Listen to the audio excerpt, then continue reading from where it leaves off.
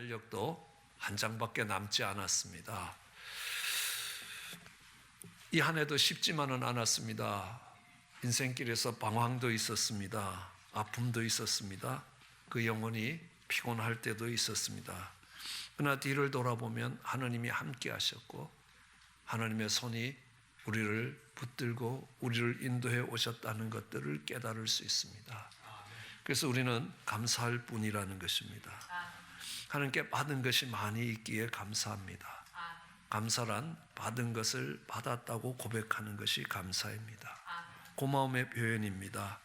감사보다 더 아름다운 행동이 없다는 것을 알고 있습니다. 감사는 수고에 대한 최고의 보상입니다. 부모님들이 자녀들을 위해서 많은 수고를 하십니다. 그 부모님들의 수고가 어떻게 보상될 겁니까? 그 수고를 알고 그 수고에 대해서 감사하는 자녀들의 그 마음으로 충분히 보상되고도 남음을 알 수 있습니다. 그러기에 감사는 하나님 사람들의 진정한 삶의 모습입니다.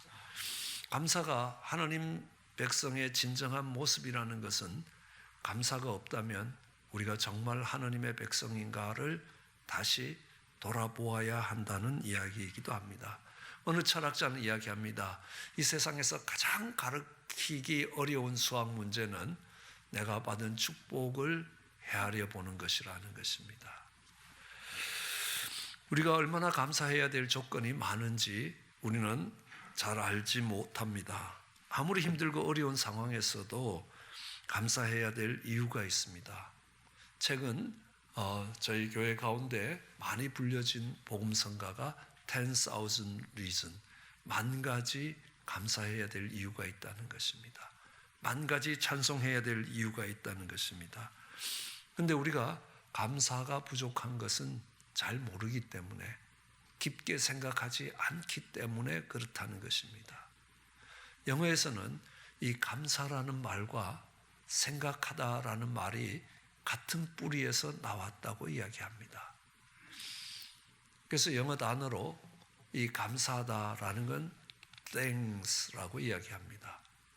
그리고 생각하다라고 이야기하는 건 think라고 이야기합니다. 중간에 모음 하나만 다르다는 겁니다. 어원이 되었던 옛 언어 속에는 이 자음 세 개가 같으면 같은 뿌리에서 나온다고 이야기합니다. 샬롬, 샬렘 다 같은 뿌리에서 나오고 있습니다. 모음의 차이일 뿐이라는 겁니다. 우리가 깊이 생각해 보면 감사해야 될 이유들이 많다는 것들을 깨달을 수 있습니다. 이 영국의 유명한 주석책을 썼던 매튜 헨리라는 분이 계십니다. 그분이 어느 날 노상에서 강도를 당했습니다. 그래서 피투성이가 되어서 가진 걸 빼앗기고 집으로 돌아갔습니다. 그리고 그분은 이렇게 감사를 합니다. 내가 강도를 당했지만 생명을 잃어버리지 않은 것으로 인하여 참 감사하다라고 이야기하고, 내가 비록 강도를 당했지만 이 강도 당한 것으로 인하여 위로하고 도움의 손길을 베푸는 가족이 있다는 것 때문에 너무너무 감사하다. 그리고 그 다음 감사의 조건이 참 감동이 됐습니다.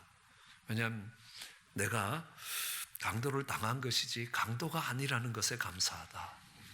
왜냐하면 내가 강도로 살아가지 않는다는 것, 그것이 얼마나 감사한 일인지, 그리고 비록 내가 생명을 잃는다 해도 하나님께서 영원한 천국으로 영접해 주실 그 믿음의 소망이 있기 때문에 감사하다라고 이야기합니다.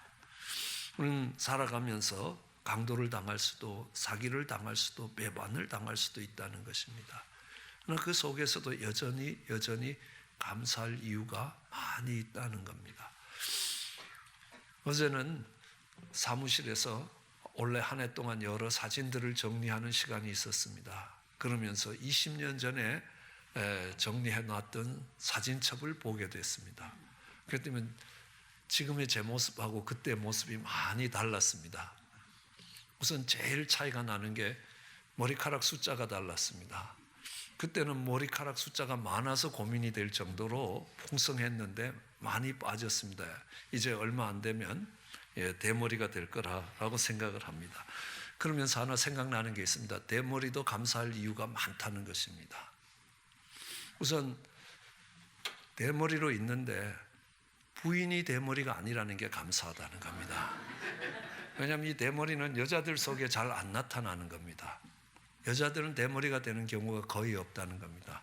그래서 특별히 이렇게 내가 거울을 볼 때는 가끔이지만 아내는 자주 보는데 아내가 대머리가 아니라는 게 감사하고, 그다음 이 대머리라는 건 하나님이 정말 수고했다고 많이 쓰다듬어 주셔서 이 대머리가 됐다는 겁니다.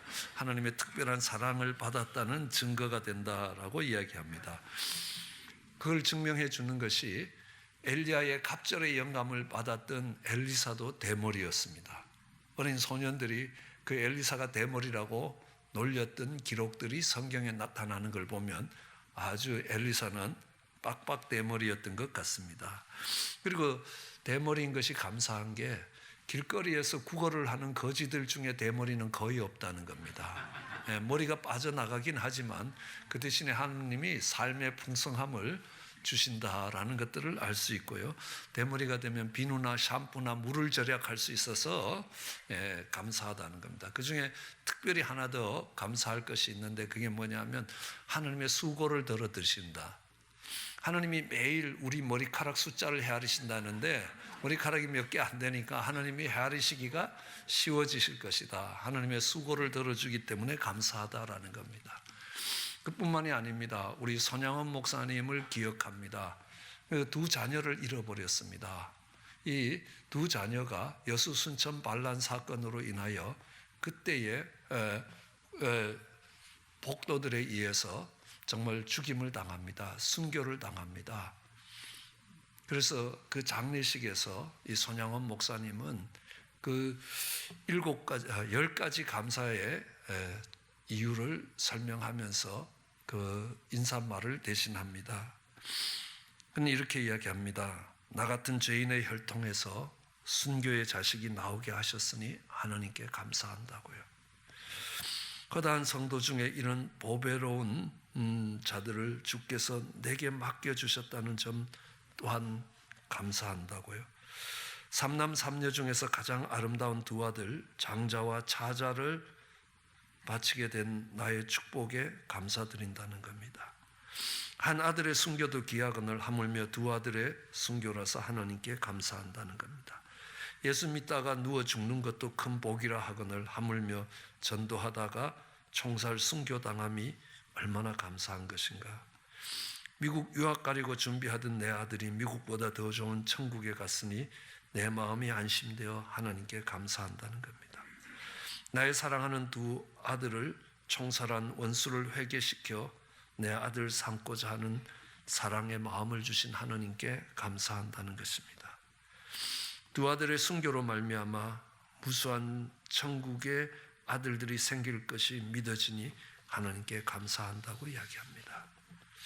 우리는 그 감사함으로 하나님 나라의 문에 들어갈 수 있게 될 것입니다. 스펄전 목사님은 이렇게 이야기합니다. 불행할 때 감사하면 불행이 끝나고 형통할 때 감사하면 그 형통함이 연장될 것이라 라고 이야기합니다. 감사는 영적 건강의 좌표라고 이야기합니다. 감사의 충만함이 곧 성령의 충만함이라고 이야기합니다. 그래서 감사는 최고의 항암제요, 해독제요, 방부제라고 이야기합니다. 그리고 감사는 하나님이 주시는 축복을 2번 즐기게 한다고 이야기합니다. 우리들의 삶은 감사로 인하여 풍요로워진다고 본헤퍼라는 신학자가 이야기합니다. 그는 나치 치하에서 가장 고통스러운 시간들을 보내면서 많은 감사를 드립니다. 그리고 그 감사가 그의 삶을 풍요롭게 만들었다라고 이야기합니다. 그래서 감사라는 것은 하나님 사람의 가장 아름다운 모습입니다. 성경은 말합니다. 감사로 드리는 제사가 하나님을 영화롭게 하고 흉악의 결박을 풀어간다고 이야기합니다. 바울과 실라는 복음을 전하다가 빌립보 감옥에 갇혔습니다. 그는 그곳에서 하나님께 감사하며 찬양합니다. 그 감사와 찬양이 그들의 흉악의 결박을 풀었던 것들을 기억합니다. 그럼 다니엘은 무릎을 꿇고 기도하면 죽음이 기다리는 사자굴로 가야 되는 것입니다. 그래도 그는 전에 하던 대로 무릎을 꿇고 기도하여 감사하였다는 겁니다. 감사하며 기도한 것이 아니라 기도를 통해서 감사로 나아갔다라고 이야기합니다. 그것이 다니엘의 삶에 묶여있던 모든 결박들을 끊어냈다는 것을 우리는 알 수 있습니다. 우리는 예수님으로부터 문둥병을 고침을 받았던 10명을 기억합니다. 10문둥병자 중에 이방인이었던 사마리아 문둥병자 한 사람만 예수님께 돌아와서 감사의 표현을 했습니다. 그랬을 때 이 감사의 표현을 하는 그 이방인을 바라보면서 주님이 하시는 말씀이 있습니다. 누가복음 17장 18절인데요. 이 이방인 외에는 하나님께 영광을 돌리러 온 자가 없더냐. 이 이방인만이 하나님께 영광을 돌렸다는 것입니다. 감사로 드리는 제사가 하나님을 영화롭게 한다고 이야기합니다. 문둥병이 나은 것이 아니라 그로 인하여 하나님을 기억하고 하나님께 감사를 돌릴 때 그것이 하나님을 영화롭게 하는 것이 되었습니다. 우리가 감사해야 될 이유들이 있습니다. 그 중에 가장 큰 이유는 은혜를 받았기 때문입니다. 그럼 은혜라는 것은 받을 자격이 없는 자가 받은 선물이라는 겁니다. 우리가 당연히 받아야 될 것보다 더 많은 것, 더 좋은 것을 받으면 우리는 감사하게 되어 있습니다. 우리는 받아야 될 것보다 더 적게 받고 더 나쁜 것을 얻었다라고 하면 원망하고 불평하게 되는 것입니다. 이 은혜라는 것은 받을 자격이 없는 자가 받은 하나님의 선물이었습니다. 이번 GLDC로 중앙아시아에서 오신 선교사님 한 분이 새벽에 도전의 말씀을 주시면서 우리가 은혜로 살아간다고 이야기합니다. 그 중에 가장 근본적인 은혜는 우리 같은 죄인이 예수님으로 인하여 구원을 받게 됐다는 것입니다. 그런데 한번 생각해 보라는 것입니다. 2000년 전에 유대 땅에 33살의 젊은 청년이 십자가에서 정말 무참하게 죽어갔는데 그 청년의 흘린 피가 내 죄를 속하고 나를 영원한 생명으로 인도해 간다. 그 사실을 믿고 구원을 받았다는데 그게 말이 되느냐는 겁니다. 상식적으로 말이 안 된다는 겁니다. 이해할 수 있는 것이 아닙니다. 우리의 지식으로 이해할 수 있는 것이 아니라고 이야기합니다. 성경은 그걸 비밀이라고 이야기합니다. 감춰진 놀라운 진실이라는 겁니다. 그것을 깨달은 사람들에게는 엄청난 영향력을 미치는 것입니다. 그런데 그 비밀이 깨달아지고 그 사실을 믿게 된 것이 우리의 지식이나 우리의 경험으로 안 게 아니라는 겁니다. 하나님의 선물이고 은혜라는 것입니다. 우리가 그 사실을 믿을 수 있는 것, 제정신 가지고 있는 사람들은 믿기가 어렵다는 것입니다. 그러나 하나님이 은혜를 베푸셔서 그 주님이 지신 십자가가 나를 영원한 저주에서부터 영원한 생명으로 바꿔놓으셨다는 것, 그것을 믿고 구원을 얻게 되는 것이라. 이것이 하나님의 은혜라는 것입니다. 영원히 죽을 수밖에 없는 죄인이 영원한 생명을 얻었다. 감사할 수밖에 없습니다. 어떤 형편과 조건에서도 감사할 수밖에 없습니다. 특별히 이 은혜라는 것은 받을 자격이 없는 자가 받은 선물인데 그 선물의 크기보다 더 중요한 것은 받을 자격이 없다는 것을 깨닫는 것입니다. 거지에게 10불을 주고 딸에게 20불을 줘도 거지는 그것을 큰 은혜로 생각합니다. 왜냐하면요, 받을 자격이 없기 때문에 그렇습니다. 우리는 은혜를 입었다라는 것은 받을 자격이 없는 것이 깨달아지기 때문입니다.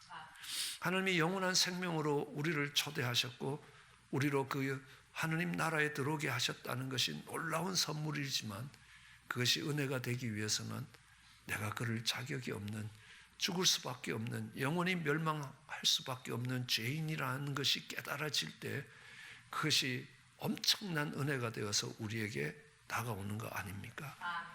욥이라는 사람은 경건하게 살았습니다. 이 세상에 예수님 외에 어느 누구도 욥만큼 경건한 사람이 없을 만큼 그는 정직하고 하나님을 경외하고 경건하게 살았습니다. 그런데 그에게 많은 고난이 다가왔습니다. 그는 이해할 수가 없었습니다. 그 고난이 왜 다가왔는지 이해할 수 없었습니다. 억울하기 시작했습니다.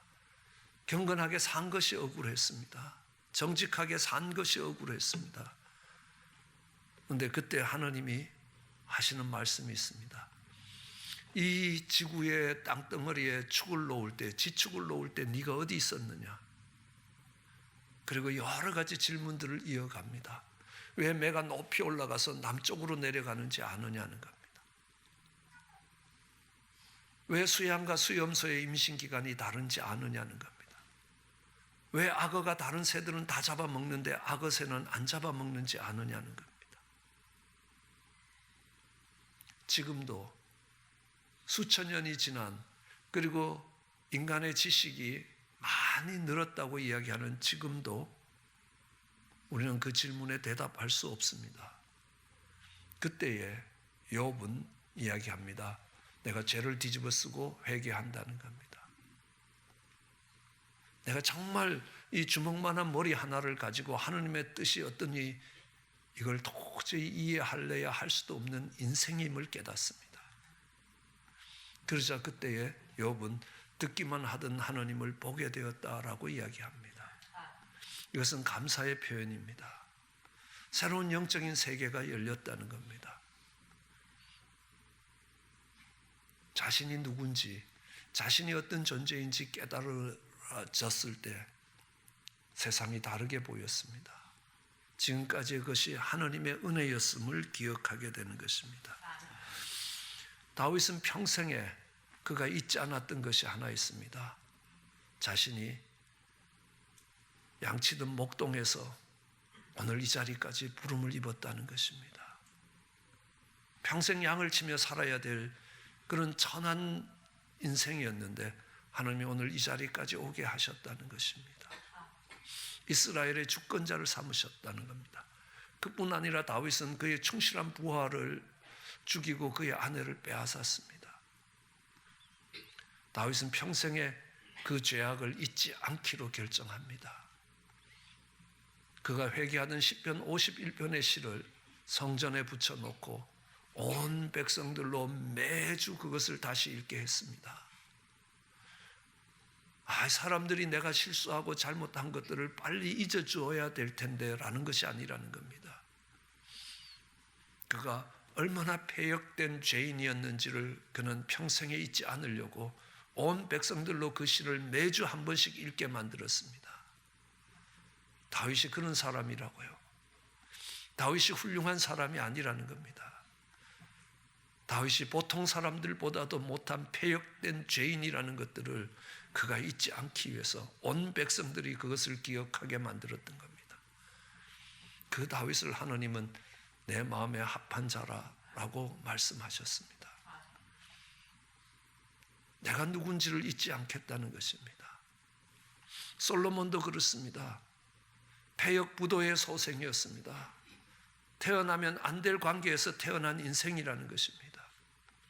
그런 그를 하나님이 이스라엘의 왕으로 세우셨을 때 그는 그 하나님 앞에 1000번제를 드릴 수 있는 것입니다.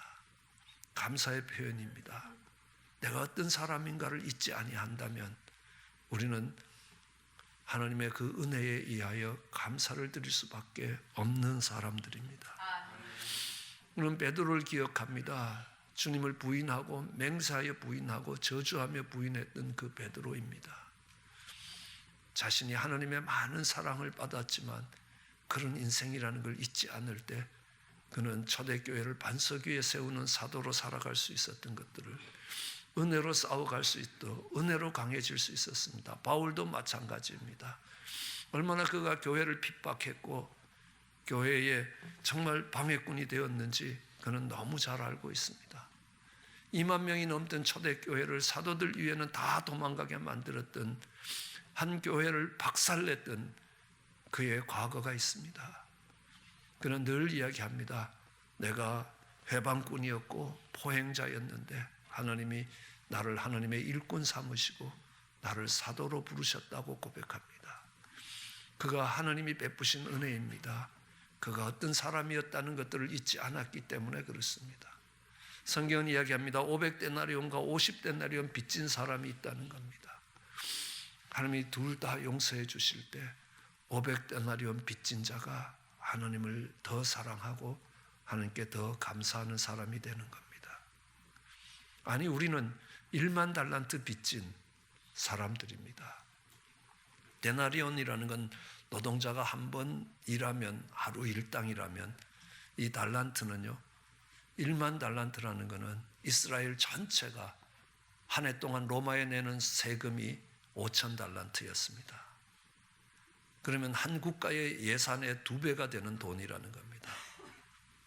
그런데 우리가 얼마만큼 내가 죄인 되었는가를 생각할 수 없다면요 감사도 나오지 않습니다. 오히려 원망이 나오는 겁니다.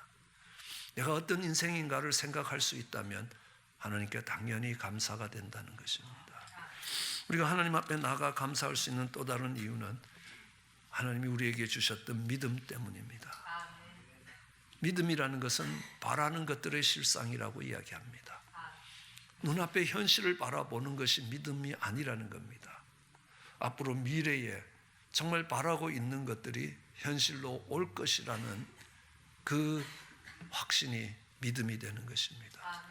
우리 자녀에게 생일에 바비 인형 사주겠다라고 이야기하면 그 자녀는 이미 바비 인형이 생긴 것입니다.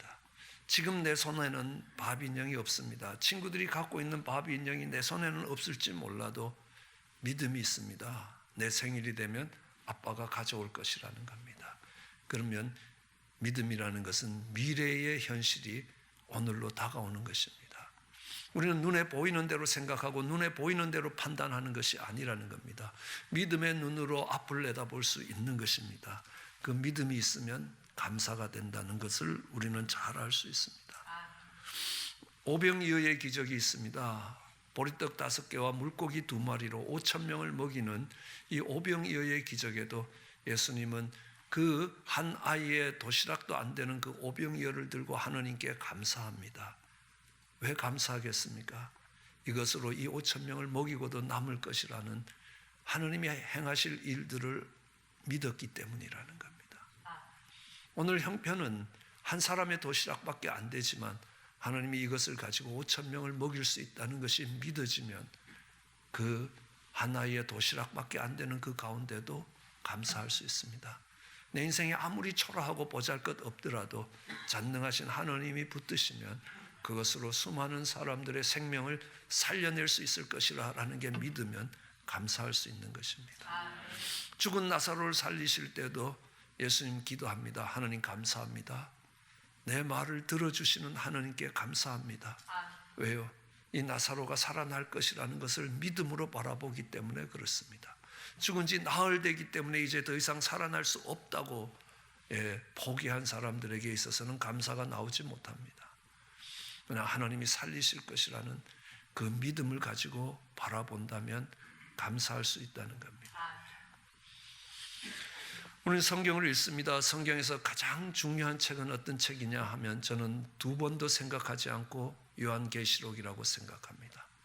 그럼 요한계시록의 주제가 뭡니까?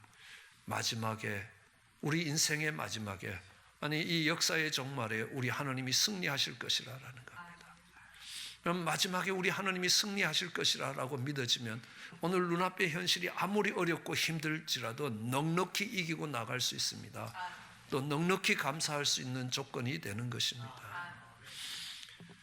이 계시록의 마지막에 하나님이 승리하신다는 약속은 저는 이렇게 이해하고 있습니다. 한일전 축구를 하는데 급해서 못 봤습니다. 그런데요 3대2로 이겼다는 겁니다. 그리고 녹화방송을 봅니다. 아무리 위기의 순간이 닥쳐도 별로 걱정할 거 없습니다. 근심할 거 없습니다. 그래도 할렐루야라는 겁니다. 저거 공 안 들어간다는 겁니다. 결국 이긴다는 겁니다. 왜요? 이미 결과를 알고 있다는 겁니다. 요한계시록은 마지막에 우리 주님이 승리할 것이라는 겁니다. 그것이 믿음으로 우리의 현실로 다가오면 오늘 눈앞의 현실이 아무리 어려울지라도 우리는 넉넉히 감사하며 나아갈 수 있게 될 것입니다. 마침내 승리하실 하느님에게 오늘 눈앞의 현실이 슬플 때나 기쁠 때나 환경이 어려울 때나 환경에 관계없이 감사가 가능한 것입니다.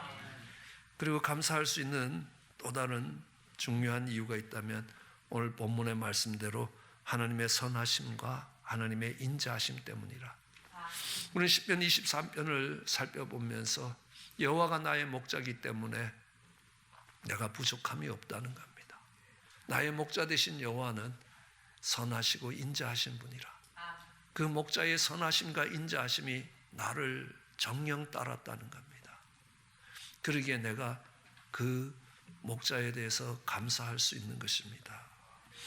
우리는 선하고 인자하시다, 우리 인자하시다라는 것은 사랑을 베풀어 주시고 우리의 실수와 허물과 잘못에도 불구하고 여전히 용서와 사랑을 베푸시는 하나님의 성품이라는 것입니다.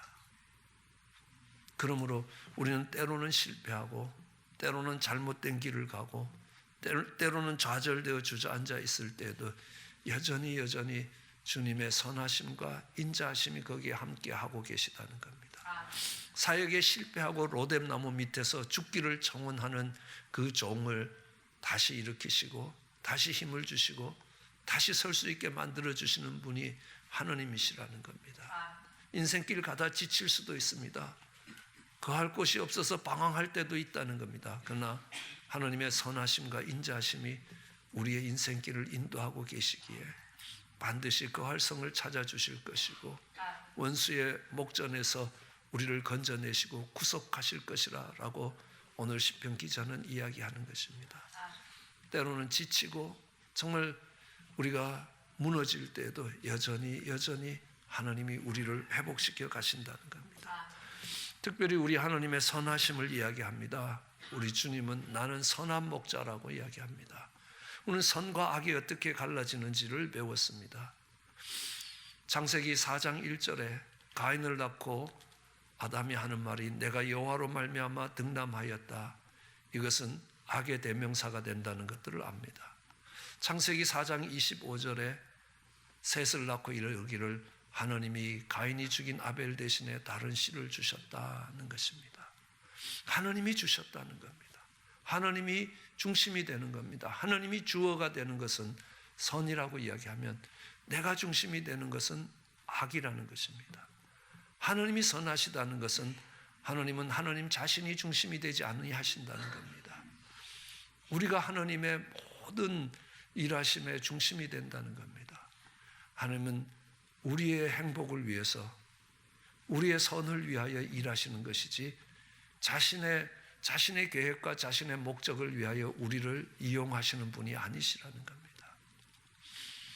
때로는 풍랑이 있을지라도 하나님의 선하심은 뭐냐 하면 그 풍랑을 통해서 풍랑을 이기고 밟고 설 수 있는 강한 우리를 만들어주시는 하나님의 손길이라는 사실이라는 겁니다. 그것이 하나님의 선하심이라는 겁니다. 욥에게 많은 고난이 다가왔지만 그 욥의 고난의 끝에 욥은 이야기합니다.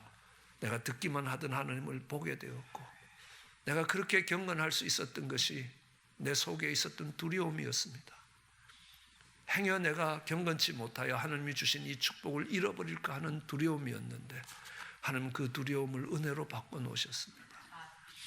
인생이 무엇인가 조건을 갖추어서 그 축복을 받은 것이 아니라 하나님이 베풀어 주신 선물이라는 것들을 깨닫게 되는 겁니다.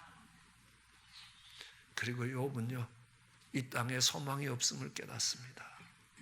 하나님 나라에 소망을 걸고 살아갈 수 있는 사람으로 하나님이 바꿔주시는 것입니다. 그 고난에도 하나님의 선하심이 그곳에 있다라는 것들을 이야기합니다. 암이 찾아왔습니까? 그곳에도 여전히 하나님의 선하심과 인자하심이 있다는 것입니다. 이 시대의 설교자라고 이야기하는 팀 켈러 목사님은 암을 낭비하지 말라라는 설교를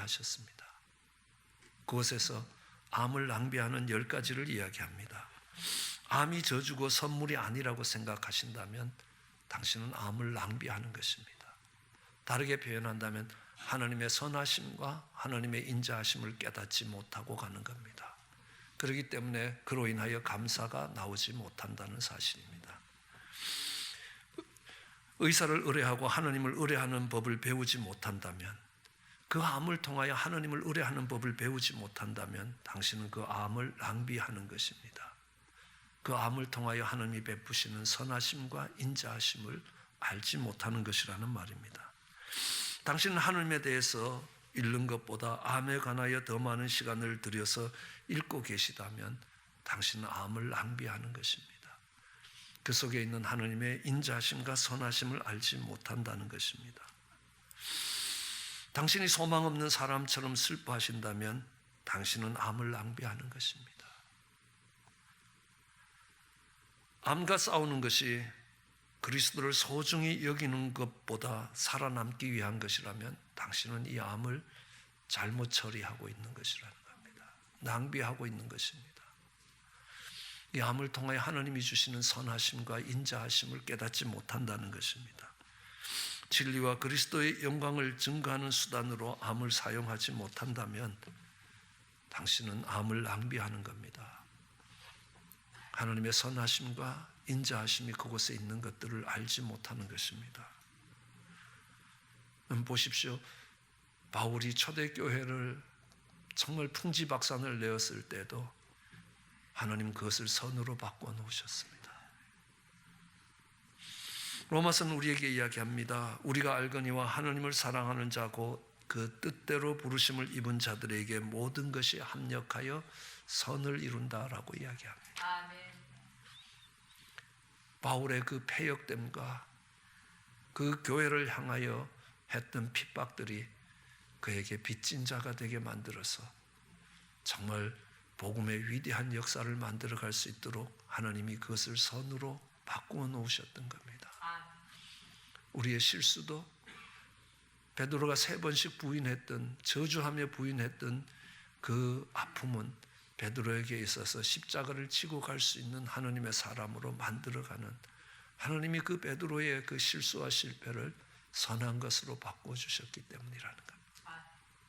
그 하나님의 선하심과 인자하심이 있기 때문에 우리는 어떤 형편과 처지에서도 정말 어떤 것들을 잃어버렸을 때에도, 여전히 상황이 어려워질 때에도 여전히 하나님께 감사할 수 있다는 사실입니다.